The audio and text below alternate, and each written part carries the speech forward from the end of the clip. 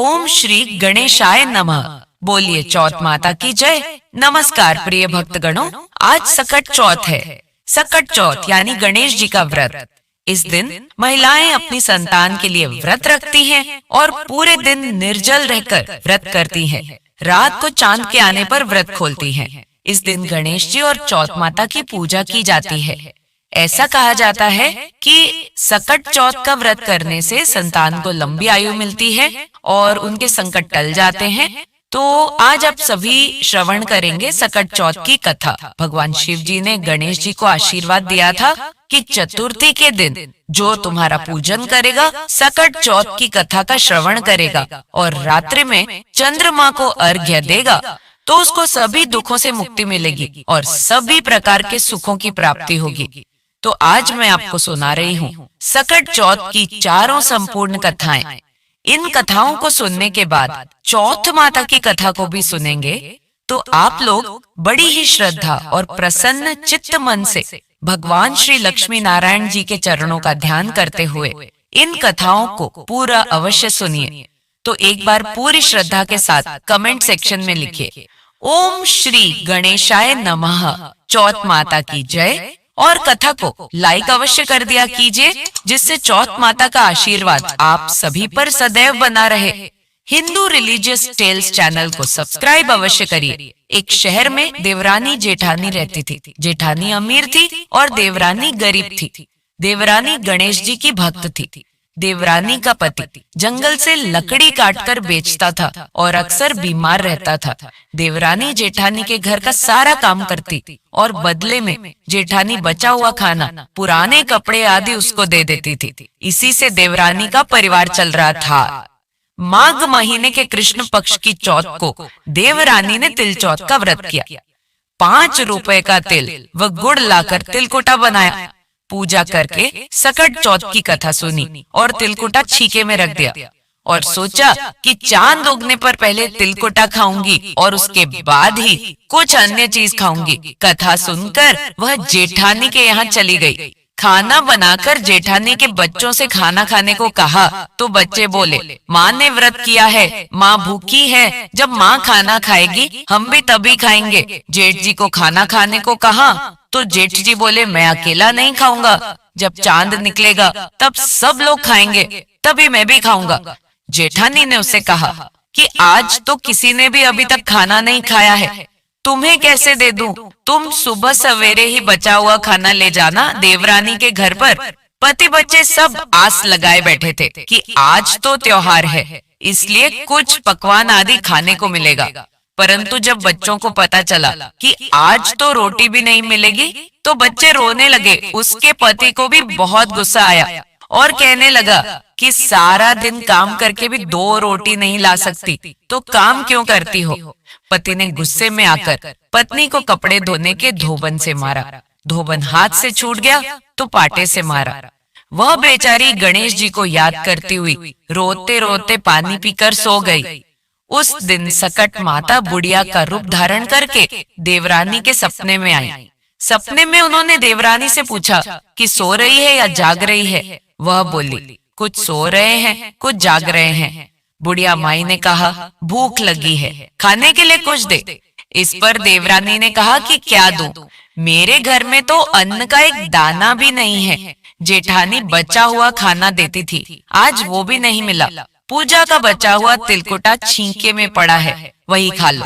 सकट माता ने तिलकुट खाया और उसके बाद कहने लगी, निमटाई लगी है। इस पर देवरानी ने कहा, बुढ़िया माई बाहर कहाँ जाओगी? कोई जानवर काट लेगा, यह खाली झोपड़ी है, आप कहीं भी जा सकती हो, जहाँ इच्छा हो वहाँ निमट लो। इसके बाद सकट माता बोली कि अब कहाँ पहुँचूं? इस पर देवरानी ने कहा कि मेरी साड़ी से पहुँच लो। देवरानी जब सुबह उठी तो यह देखकर हैरान रह गई कि पूरा घर हीरों और मोतियों से जगमगा उठा था। उस दिन देवरानी जेठानी के यहाँ काम करने नहीं गई। देवरानी और उसके बच्चे सोना चांदी हीरे मोती बटोर बटोर कर रख रहे थे, तब भी सोना कम नहीं पड़ रहा था। बड़ी देर तक राह देखने के बाद जेठानी ने बच्चों को देवरानी को बुलाने भेजा। जेठानी ने सोचा कल खाना नहीं दिया इसलिए शायद देवरानी बुरा मान गई है। बच्चे बुलाने गए और बोले, चाची चलो, माँ ने बुलाया है, सारा काम पड़ा है। दुनिया में चाहे कोई मौका चूक जाए, पर देवरानी जेठानी आपस में कहने का मौका नहीं छोड़ती। देवरानी ने कहा, बेटा बहुत दिन तेरी माँ के यहाँ काम कर लिया, अब तुम अपनी माँ को ही मेरे यहाँ काम करने भेज दो। बच्चे ने घर जाकर माँ को बताया कि चाची का तो पूरा घर हीरे मोतियों से जगमगा रहा है। जेठानी दौड़ती हुई देवरानी के पास आई और पूछा कि ये सब कैसे हुआ। देवरानी ने उसके साथ जो हुआ वह सब सच सच कह डाला। घर लौटकर जेठानी अपने पति से कहती है कि आप मुझे धोमने और पाटे से मारो। उसका पति बोला कि हे भली मानस, मैंने कभी तुम पर हाथ भी नहीं उठाया, मैं तुम्हें धोबन और पाटे से कैसे मार सकता हूँ। वह नहीं मानी और जिद करने लगी। मजबूरन पति को उसे मारना पड़ा। उसने ढेर सारा घी डालकर चूरमा बनाया और छीके में रखकर सो गई। रात को चौथ माता जी सपने में आई और कहने लगी, भूख लगी है, क्या खाऊं।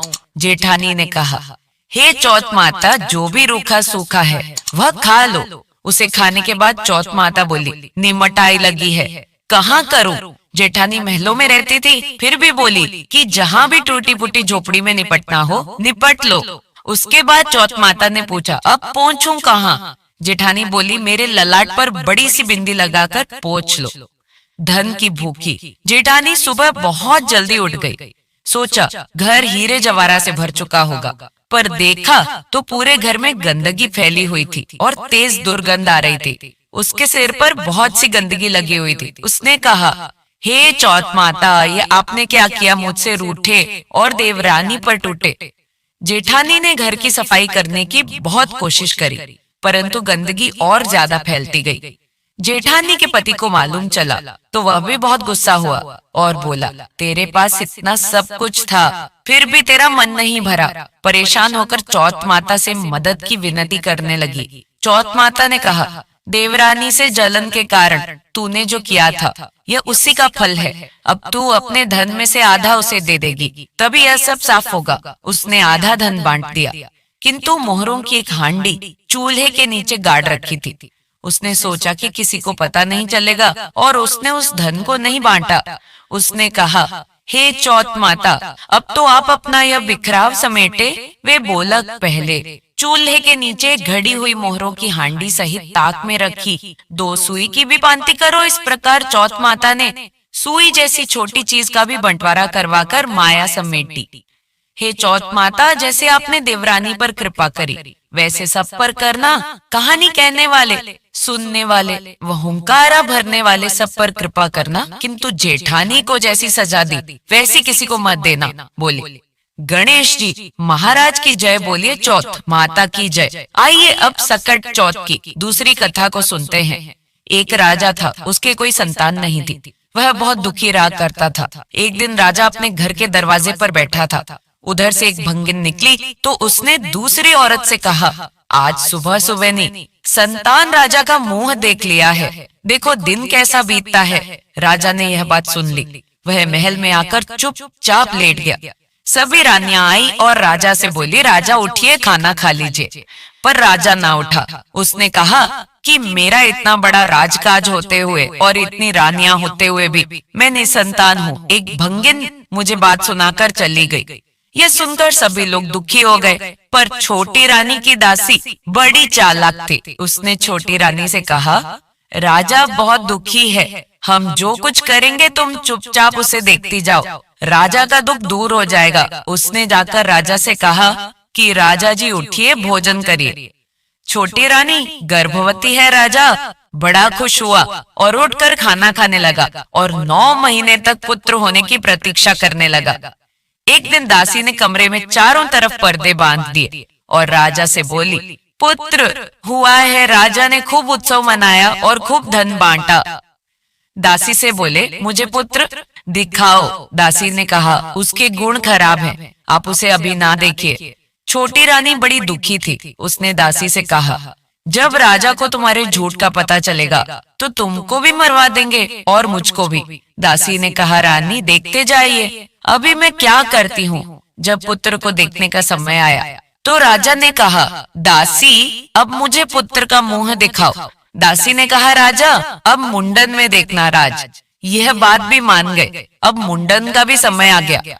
खूब धूमधाम से तैयारी हुई। राजा ने फिर दासी से कहा, अब तो मुझे अपने पुत्र का मुख दिखाओ। दासी ने कहा, अब अपने पुत्र का मुंह सीधे उसके ब्याह में देखना। राजा गुस्सा होने लगा तो दासी बोली, आपके पुत्र के ग्रह खराब होने के कारण ही यह सब हो रहा है। आपका लड़का है, कुछ ही दिन की बात है, ब्याह में आप जी भर के देख लेना।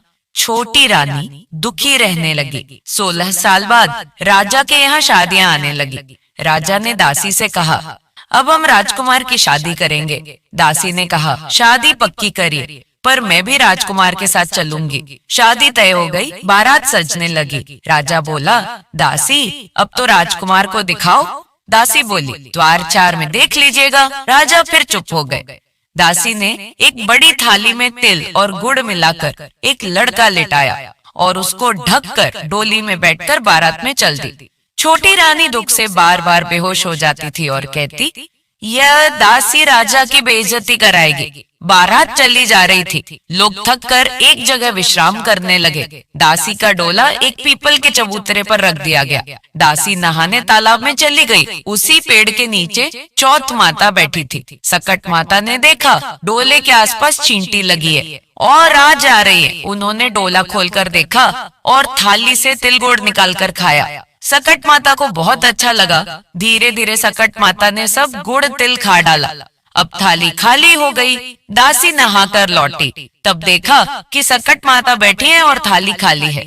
अब क्या था, दासी सकट माता के पैर पकड़कर जोर जोर से रोने लगी और बोली, मेरा बेटा कहाँ है? मेरा बेटा कहाँ है? थाली में मेरा बेटा पड़ा हुआ था, उसको तुमने खाया है।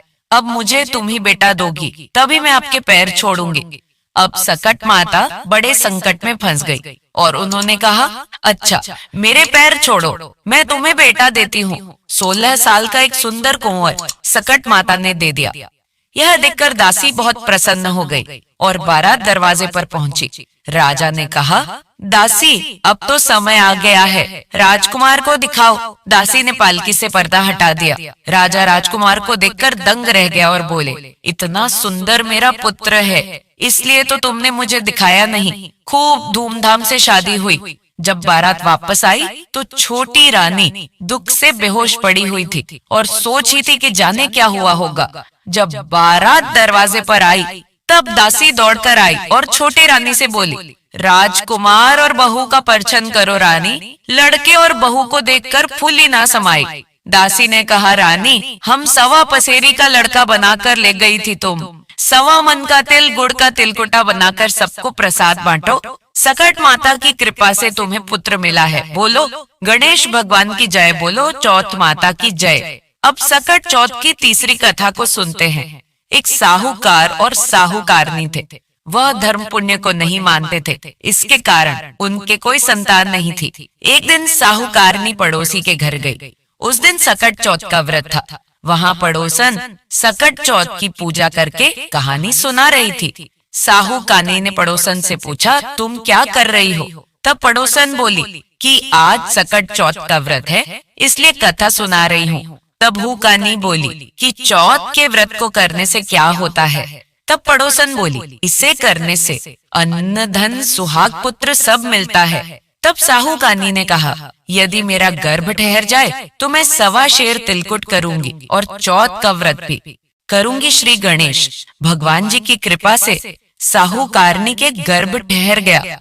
कुछ दिनों बाद वह फिर बोली कि मेरे पुत्र हो जाए तो मैं 2.5 शेर तिलकुट करूंगी। कुछ दिन बाद उसे पुत्र की प्राप्ति हो गई तो वह बोली कि हे चौथ, भगवान मेरे बेटे का विवाह हो जाए तो 5.25 शेर का तिलकुट करूंगी।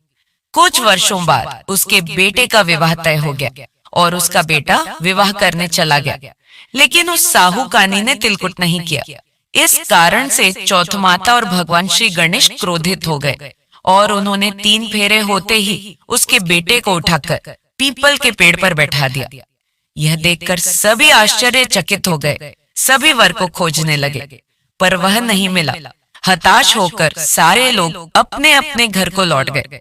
लड़की से साहूकानी के लड़के का विवाह होने वाला था। वह अपनी सहेलियों के साथ गढ़ गौर पूजने के लिए जंगल में दूब लेने गई। तभी रास्ते में पीपल के पेड़ से आवाज आई, ओ मेरी अर्ध ब्याही। यह बात सुनकर जब लड़की घर आई तो उसका स्वास्थ्य खराब रहने लगा और वह धीरे धीरे सूख कर कांटा होने लगी। एक दिन लड़की की माँ ने कहा, मैं तुम्हें अच्छा खिलाती हूँ, अच्छा पहनाती हूँ, फिर भी तू सूखती जा रही है, ऐसा क्यों? तब लड़की अपनी माँ से बोली कि वह जब भी दूब लेने जंगल जाती है तो पीपल के पेड़ से एक आदमी बोलता है कि ओ मेरी अर्ध ब्याही, उसने मेहंदी लगा रखी है और सेहरा भी बांध रखा है। तब उसकी माँ ने पीपल के पेड़ के पास जाकर देखा तो वह हैरान हो गई। वह पुरुष कोई और नहीं, उसका जमाई ही था। तब उसकी माँ ने जमाई से कहा, यहाँ क्यों बैठे हो? मेरी बेटी तो अर्ध ब्याही कर दी और अब क्या लोगे साहूकारनी का? बेटा बोला, मेरी माँ ने चौथ का तिलकुट बोला था लेकिन नहीं किया, इसलिए चौथ माता और गणेश जी नाराज हो गए हैं और मुझे यहाँ बैठा दिया है। यह सुनकर उस लड़की की माँ साहूकारनी के घर गई और उससे पूछा कि तुमने मनोकामना की पूर्ति होने पर जो चौथ माता से मन्नत मानी थी वो तुमने पूरी क्यों नहीं की? तब साहूकानी बोली, तिलकुट बोला था और मैं यह करना भूल गई। उसके बाद साहूकानी बोली, मेरा बेटा घर आ जाए तो 2.5 मन का तिलकुट करूंगी। इस बार श्री गणेश भगवान प्रसन्न हो गए और उसका बेटा घर वापस आ गया। तब उसने जितना तिलकुट की मन्नत मानी थी वह सब उसने भगवान को अर्पण किया। इसके फलस्वरूप भगवान श्री गणेश ने उसके बेटे को फेरों में लाकर बैठा दिया।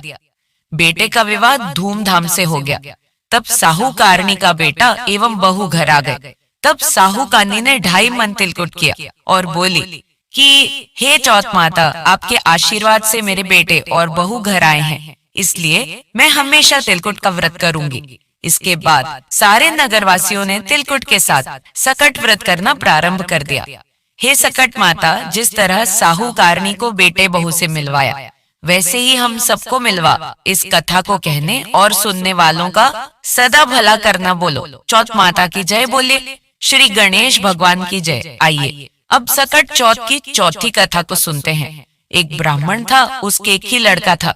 वह बहुत गरीब था। उसका लड़का राजा के यहाँ काम करता था पर पैसे बहुत कम मिलते थे, खाना पीना मुश्किल से चल पाता था। सकट का त्योहार आया, ब्राह्मणी ने व्रत रखा परंतु घर में कुछ नहीं था। उसने अपने लड़के से कहा कि जब राजा के यहाँ से काम करके चलना तब थोड़े से तिल और गुड़ मांग लेना, जिससे हम पूजा तो कर लेंगे। लड़का राजा के यहाँ काम करने पहुंचा। दिन भर काम करने के बाद वह एक भंडार में घुस गया। भीतर से दरवाजा बंद कर लिया। वहां तो सारी चीजें भरी पड़ी थी पर उसको चोरी की आदत तो थी नहीं। सोच रहा था, चोरी करूं तो कैसे करूं, माघ का महीना है, चोरी जैसा भयंकर पाप कैसे करूं। बार बार वह कहता, तिल चुराओ तो पाप, गुड़ चुराओ तो पाप, माघ का पवित्र महीना क्या चुराओ। पहरेदार के कानों में शब्द पड़े। उन्होंने राजा को बुलाया। राजा ने जब सुना तो दरवाजा खटखटाया और पूछा कि तुम कौन हो? लड़के ने कहा, मैं आपके यहाँ काम करता हूँ, मैं बहुत गरीब हूँ। मेरी माँ आज सकट का व्रत रखी है। उसने कहा था कि जब राजा के यहाँ से लौटना तो थोड़ा सा तिल और गुड़ चुरा लाना, तो मैं सकट की पूजा कर लूंगी। पर मैं बहुत देर से सोच रहा हूँ कि माघ का महीना है, तिल चुराओ तो पाप और गुड़ चुराओ तो पाप। राजा ने कहा, मैं कैसे विश्वास करूं कि जो तुम कह रहे हो वह सत्य है? लड़के ने कहा, आप अपने आदमी को मेरे घर भेजकर पूछवा लीजिए। राजा ने आदमी घर भेजे। आदमियों ने बुढ़िया को पुकारा। बुढ़िया ने कहा, मैं बाहर नहीं आ सकती, मेरी धोती तो फटी है। आदमियों ने लौटकर राजा से कहा। राजा को दया आ गई। राजा ने कहा, गाड़ियों में जितना चाहो माल लदवा लो, सब तुम्हारा है। घर जाकर माँ से कहो विधि से सकट की पूजा करें और सुख से जीवन व्यतीत करें। अब तुम्हें चोरी करने की कोई आवश्यकता नहीं है। बुढ़िया के लड़के ने राजा की जयकार की और सामान से खूब लथपथ कर घर आया। बुढ़िया ने पूजा की और सुख पूर्वक जीवन व्यतीत करने लगी। बोली, सकट माता की जय बोलिए, गणेश भगवान की जय। आइए अब बड़े ही प्रेम से चौथ माता की कथा को सुनते हैं। आज के दिन चौथ माता की कथा को सुनने से ही व्रत पूर्ण माना जाता है। तथा समस्त मनोकामनाएं पूर्ण होती हैं। एक नगर में एक बूढ़ी माँ रहती थी। वह अपने बेटे की सलामती के लिए 12 महीनों की चौथ का व्रत करती थी। हर चौथ को पंसारी से थोड़ा सा गुड़ और घी लाकर 4 लड्डू बनाती, एक बेटे को देती, एक से पूजा करती, एक हथकार के लिए निकालती और एक चांद उगने पर खुद खा लेती थी। एक बार उसका बेटा ताई से मिलने गया। ताई ने वैसाखी चौथ का व्रत रखा था।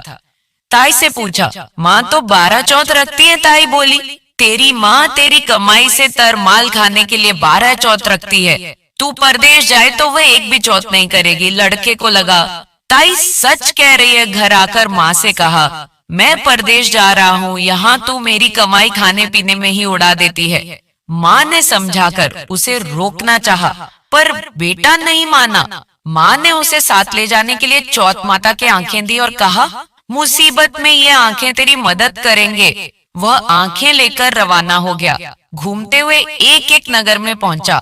उसने देखा एक बूढ़ी माँ रोती जा रही है और पुआ बनाते जा रही है। उसने कारण पूछा तो बूढ़ी माँ ने कहा, बेटा इस नगर की पहाड़ी पर एक दैत्य रहता है।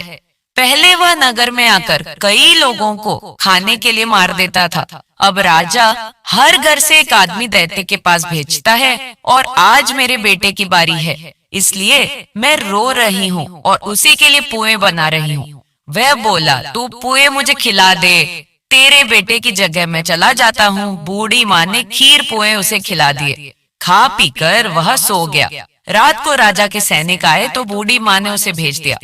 दैत्य के सामने पहुंचने पर उसने चौथ माता के आंखें दैत्य की तरफ फेंक कर कहा, हे चौथ माता, यदि मेरी माँ मेरी सलामती के लिए व्रत करती है तो दैत्य का सिर कटक गिर जाए। फिर तुरंत दैत्य का सिर कट गया। लड़का वापस आ गया। राजा ने उसे उपहार देकर विदा किया। चलते चलते वह एक दूसरे राजा के नगर में पहुंचा। इस राज्य में आवा तभी पकता था जब एक इंसान की बलि दी जाती थी। सिपाहियों ने उसे पकड़कर आवे में चुन दिया। लड़के ने आंखें आवे में डाला और कहा, हे चौथ माता, यदि मेरी माँ मेरे लिए व्रत करती है तो आवा मेरी बलि लिए बिना ही झट से पक जाए। ऐसा कहते ही आवा तुरंत पक गया।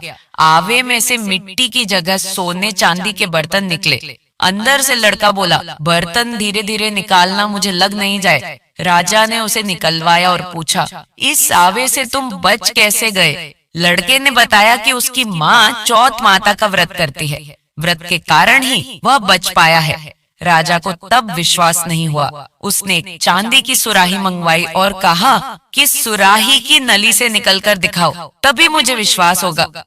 लड़के ने चौथ माता को याद करके आंखें सुराही में डाले और कहा, मैं भंवरा बनूं, सुराही से निकलूं। लड़का तुरंत भंवरा बनकर सुराही से निकल गया।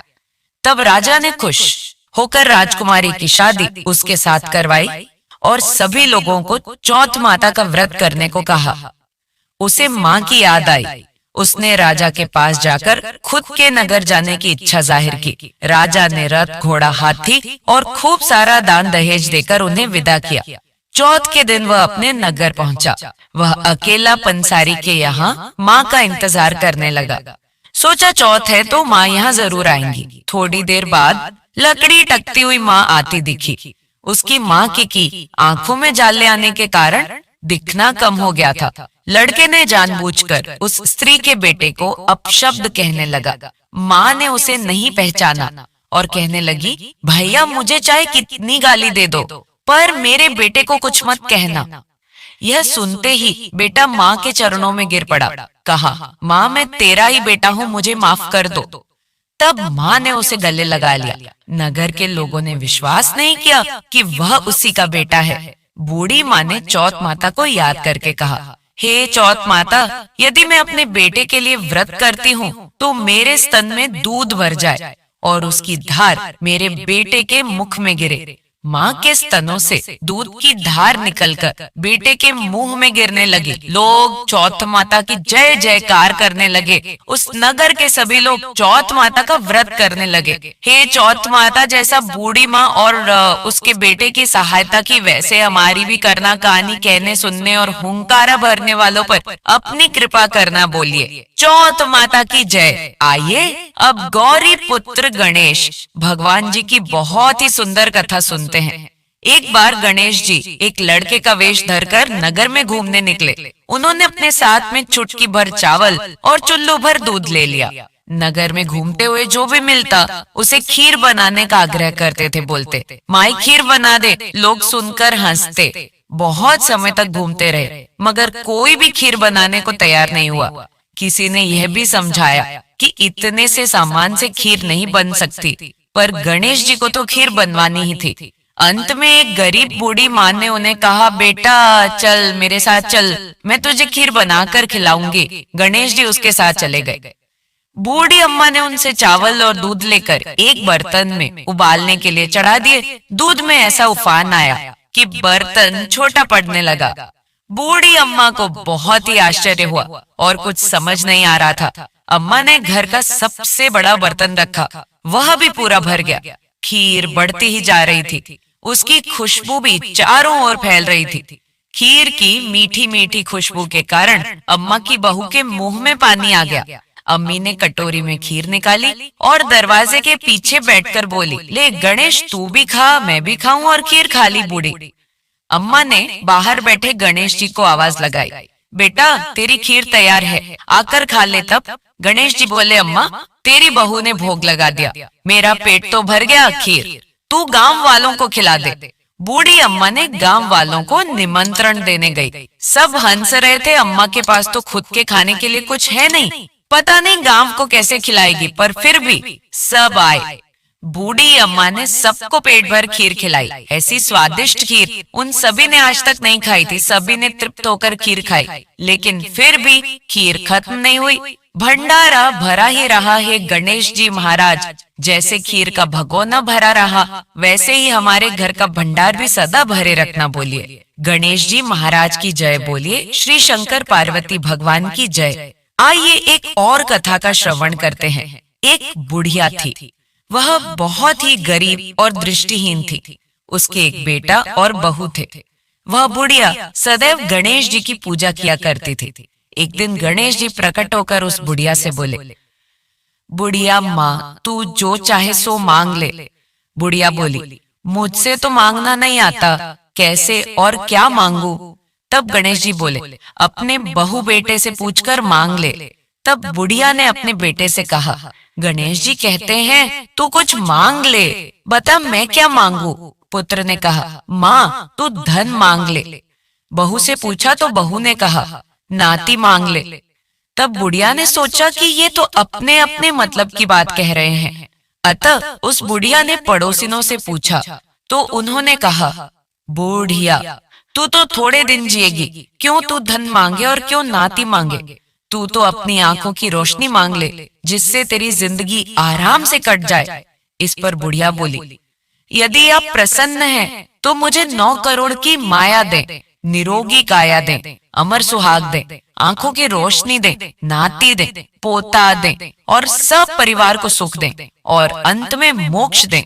यह सुनकर तब गणेश जी बोले, माए तुमने तो हमें ठग लिया, फिर भी जो तूने मांगा है वचन के अनुसार सब तुझे मिलेगा। और यह कहकर गणेश जी अंतर्धान हो गए। उधर बुढ़िया माँ ने जो कुछ मांगा वह सब कुछ मिल गया। हे गणेश जी महाराज, जैसे तुमने उस बुढ़िया माँ को सब कुछ दिया वैसे ही सबको देना। बोलिए गणेश जी महाराज की जय। बोलिए चौथ माता की जय।